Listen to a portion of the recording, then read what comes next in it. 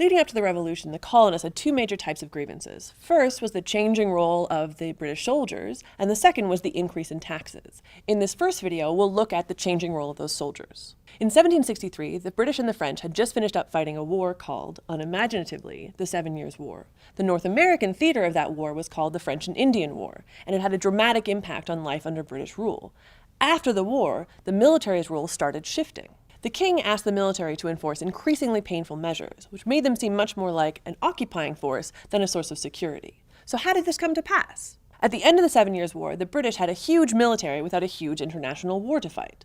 Now you might be thinking, why not draw down forces? Spend your money on something else. If you are thinking that, you're not thinking like a king. By the mid-18th century, the king had deployed the military in a number of wars internationally, causing them to triple in size.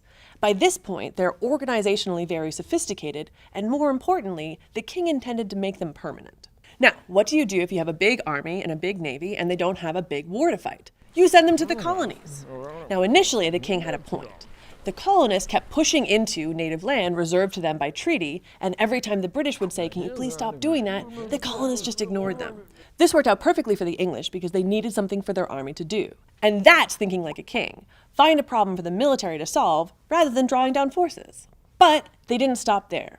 After 1763, the English started to ask the military to collect taxes and control Americans. It's this shift that started angering colonists and marks a change in the relationship.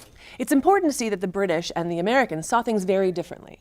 While the armed forces started to irritate the Americans, politicians back home didn't back down. In fact, they doubled down. The British saw them as a source of revenue, and so therefore didn't take colonial concerns very seriously. They claimed that the army was actually protecting Americans rather than oppressing them. This was not the right reaction. As time progressed, the English started to use the military more and more to enforce law as Parliament saw fit. Turning the screws like this only served to increase tension. Shockingly, the colonists started fighting back. There was a ratcheting effect as the relationship between colonists and soldiers deteriorated. There were skirmishes, one of which ended in the death of a colonist in New York. There was a general sense of ill will as soldiers would get drunk and harass local women.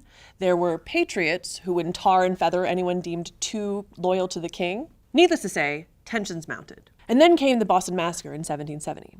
British customs agents asked the military to help enforce new duties imposed on imports, and they did so with weapons, which is always good when you're trying to keep things light and breezy. Locals would then taunt the soldiers to shoot at them, and when one did, either by accident or on purpose, depending on who you ask, it ended in the Boston Massacre, which resulted in the death of 5 colonists. This event ended up symbolizing British oppression in the mind of the colonists as news of the event spread throughout America. We see here that the British and the colonists viewed events remarkably differently. While the English thought they would eventually settle down, each abuse, each effort to keep them under the imperial thumb only served to push Americans towards declaring independence. And the military is far from the only problem.